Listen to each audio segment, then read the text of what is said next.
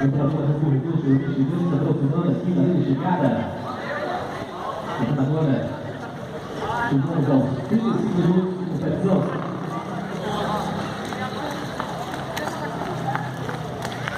É o Marquinhos, Marquinhos vai para agora. Bem próximo aqui da linha de chegada.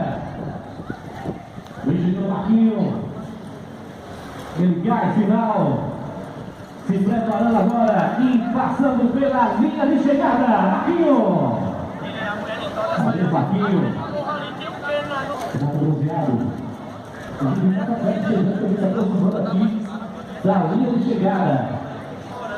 É o que ele falou que a primeira corrida dela. Atleta de número 62. Vem agora chegando, se aproximando e passando agora pela linha de chegada. O próprio componente da sua que participação da competição. Essa é a corrida da corrida 2018. É a realização da prefeitura municipal Dona Petra, de número 61, passando pela linha de chegada.